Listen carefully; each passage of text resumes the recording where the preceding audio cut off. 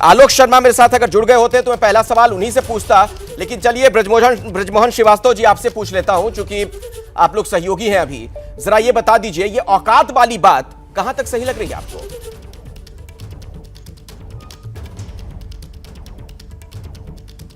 देखिए कि अखिलेश जी, सार्वजनिक जीवन में और खासतौर से राजनीतिक मंचों से गरिमापूर्ण और आदर सूचक शब्दों का उपयोग करना चाहिए। इसकी पक्षधर राष्ट्रवादी कांग्रेस पार्टी है। हमारे आदरणीय नेता शरद पवार जी हमेशा इस बात का ध्यान रखते हैं कि किसी भी स्तर पर ऐसे शब्दों का उपयोग ना हो जिससे कोई आहत हो। अब मैं नहीं जानता कि आदरणीय मधुसूदन साहब ने इस बात को कहते समय क्या सोचा, क्या किया, इसका स्पष्टीकरण तो वही देंगे। लेकिन मुझे ऐसा लगता है कि एक बात बताइए, राजनीतिक सरगर्मी में ब्रजमोहन श्रीवास्तव जी, विवेक इसका का कोई उपयोग तो करना जस्टिफिकेशन चाहिए। नहीं हो सकता। कुछ भी सोचा तो देश के प्रधानमंत्री को औकात दिखाने की बात का क्या मतलब है? आप भूल जाइए पार्टी, एक प्रधानमंत्री पूरे देश का होता है ना। क्या इस तरह की बात कहनी चाहिए, अमर्यादित बात? देखिए कि देश के प्रधानमंत्री का पद तो बहुत ऊंचा है।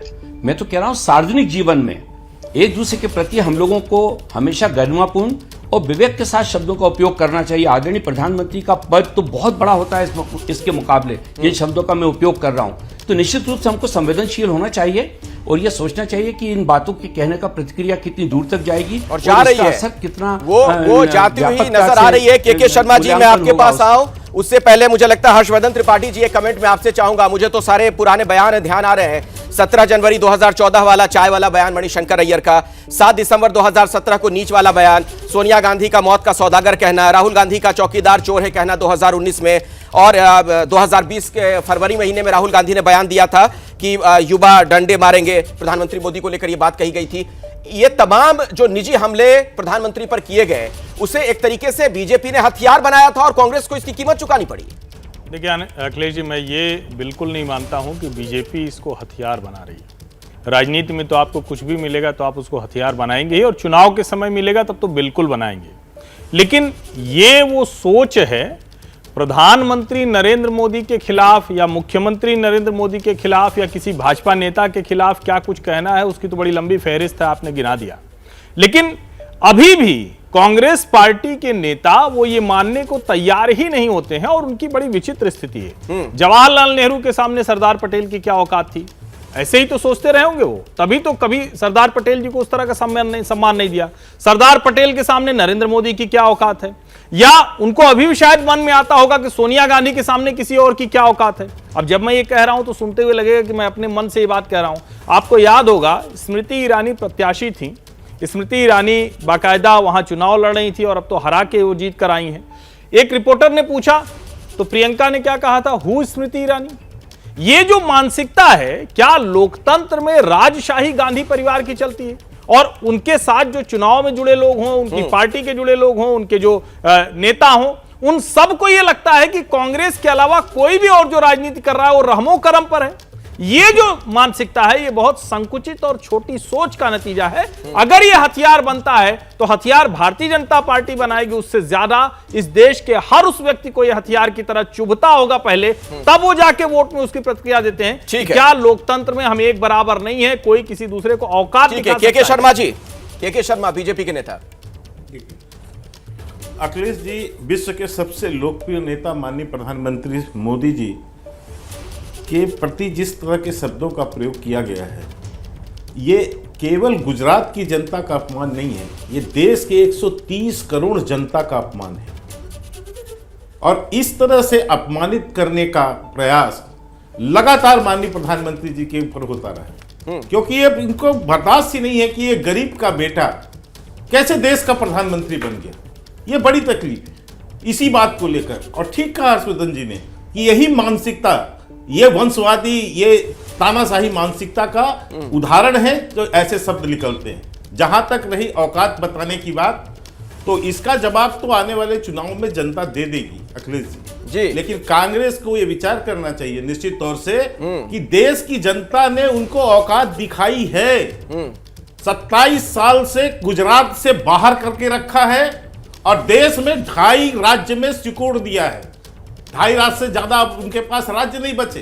तो जी। जनता उनको औकात दिखाएगी। मुझे लगता है कि आपकी इन बातों पर व्यक्ति को औकात दिखाए। शर्मा जी, आपकी इन बातों पर मुझे कांग्रेस की प्रतिक्रिया लेनी चाहिए थी। कांग्रेस के नेता जैसे ही जुड़ेंगे हम उनसे बातचीत करेंगे, कुछ ही देर में हमारे साथ जुड़ेंगे। लेकिन वो नहीं तौसीफ खान साहब, सवाल तो यह है कि मोदी के नाम से कांग्रेस इतनी चिढ़ती क्यों है?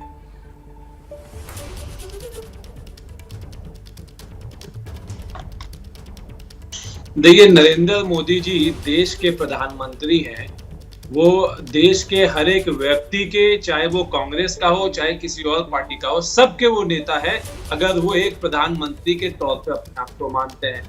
लेकिन उनके भाषा को आप देखिए कि प्रधानमंत्री ने जो भाषण देते हुए कैसी संवेदनशील दिखाई, कैसे शब्दों का उपयोग किया जब उन्होंने सुनंदा पुष्कर के बारे में कहा कि वाह क्या गर्लफ्रेंड है, 50 करोड़ की गर्लफ्रेंड। जब उन्होंने हमारी ममता बनर्जी चीफ मिनिस्टर, बंगाल की चीफ मिनिस्टर के बारे में वो एक सड़क छाप का लड़का जैसे आवाज देता है, वैसे उन्होंने बोला दीदी ओ दीदी, इस तरीके से उन्होंने लफ्जों का इस्तेमाल किया।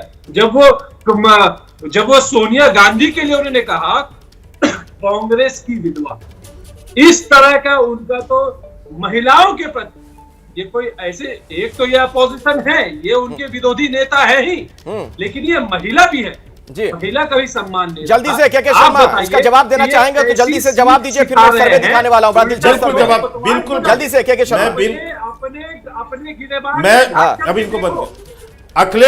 अखिलेश जी जिस तरह से तौसीफ खान टीएमसी के प्रवक्ता यहाँ जो बैठे हैं, जो प्रवक्ता के तौर पर आते हैं, समर्थक के तौर पर, इन्होंने आज साबित कर दिया कि जिस ढंग से इनके टीएमसी के अतुल गिरी ने देश की राष्ट्रपति को जिस ढंग से अभद्र टिप्पणी की है, उसका समर्थन कर रहे हैं ये ममता बनर्जी के पार्टी के। यही इस तरह की बातों को कह के ये अपना समर्थन व्यक्त कर रहे हैं कि राष्ट्रपति को भी यदि बोला है तो कोई बात नहीं है, क्योंकि ममता बनर्जी उस पर अभी तक कोई कार्रवाई नहीं कर पाई है, ना ही उन्होंने कोई बयान दिया। इसलिए मैं कह रहा हूं कि ये ममता बनर्जी और ये देश के जो विपक्षी दल है, ये हताश और निराश हैं। इनको ये नहीं समझ में आ रहा है कि हम मोदी जी का सामना कैसे करें, तो गाली बको, उनको शब्द बोलो, यही काम ममता बनर्जी। देखिए, सवाल यह है कि राजनीति में क्या इस तरीके के बयान होने चाहिए? राजनीतिक सुचिता का भी कोई मतलब होता है, चाहे जिधर से भी बयान दिए जाए। क्या मजबूरी है मेरी, बताइए। मैं अभी आपको बताती हूँ कि मैंने ओए होए होए होए, नमकीन के चटकारे लेते हुए टकटकी मार के डिबेट शो को पॉज रिपीट कर करके देख रहे हैं जोगिंदर जी। इनकी तरह आप भी देखें अपनी फेवरेट डिबेट्स को रिपीट कर और डाउनलोड कीजिए एबीपी लाइव ऐप अपने स्मार्ट टीवी पर।